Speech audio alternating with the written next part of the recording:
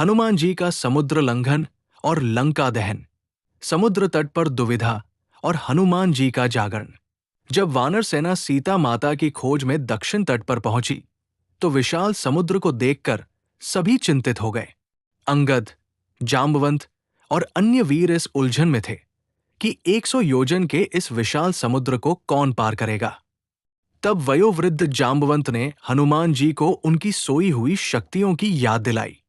जांबवंत ने कहा, कवन सो काज कठिन जग माही, जो नहीं हुई तात तुम पाही। हे तात, संसार में ऐसा कौन सा कठिन कार्य है जो आप नहीं कर सकते? ये सुनते ही हनुमान जी का शरीर पर्वत के समान विशाल हो गया।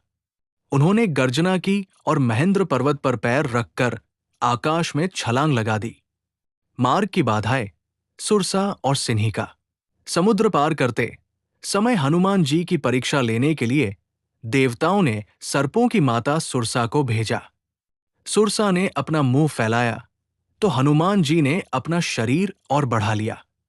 अंत में चतुराई दिखाते हुए हनुमान जी ने एक छोटा रूप धरा और उसके मुंह में जाकर तुरंत बाहर आ गए। सुरसा ने प्रसन्न होकर उन्हें आशीर्वाद दिया। आगे बढ़ने पर सिन्हिका नामक राक्षसी मिली, जो आकाश में उड़ने वालों की परछाई पकड़कर उन्हें खींच लेती थी। हनुमान जी ने उसके छल को समझा और उसका वध कर दिया। अंततः हनुमान जी लंका के तट पर पहुंचे। लंका प्रवेश और माता सीता की खोज। लंका की सुरक्षा लंकिनी नामक राक्षसी कर रही थी।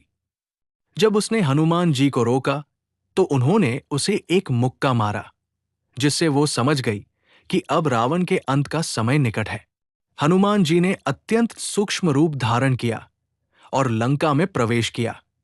पूरी लंका छान मारने के बाद उन्हें एक ऐसा महल दिखा जहां तुलसी का पौधा था और राम नाम अंकित था।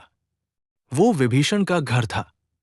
विभीषण से भेंट के बाद हनुमान जी को पता चला कि माता सीता अशोक वाटिका में है। अशोक वाटिका में सीता माता से भेंट।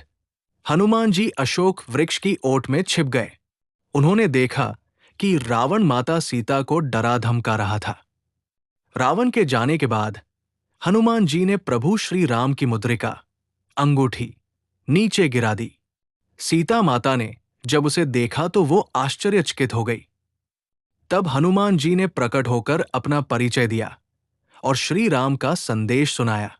माता सीता को विश्वास दिलाने के लिए हनुमान जी ने अपना विशाल रूप दिखाया और उनसे आज्ञा मांगी कि उन्हें बहुत भूख लगी है और वे वाटिका के फल खाना चाहते हैं। अक्षय कुमार का वध और मेघनाद का ब्रह्मास्त्र। फल खाते खाते हनुमान जी ने रावण के अहंकार को तोड़ने के लिए पूरी वाटिका को उजाड़ना शुरू कर दिया। उन्होंने वाटिका के रक्षकों और रावण के पुत्र अक्षय कुमार का वध कर दिया। ये सुनकर रावण ने अपने सबसे शक्तिशाली पुत्र मेघनाद, इंद्रजीत, को भेजा। युद्ध के दौरान जब कोई अस्त्र काम नहीं आया तो मेघनाद ने ब्रह्मास्त्र का प्रयोग किया। ब्रह्मा जी का सम्मान करने के लिए हनुमान जी स्वेच्छा से बंधन में बंध गए और उन्हें रावण की सभा में ले जाया गया। रावण की सभा और पूंछ में आग। रावण की सभा में हनुमान जी निडर होकर खड़े रहे। उन्होंने रावण को समझाते हुए कहा कि वो सीता माता को ससम्मान लौटा दे और श्री राम की शरण में चला जाए। अहंकारी रावण क्रोधित हो उठा और उसने हनुमान जी को मृत्युदंड देने का आदेश दिया। विभीषण के हस्तक्षेप करने पर रावण ने कहा, कपि ममता पूंछ पर सभी, बंदर को अपनी पूंछ से बहुत मोह होता है।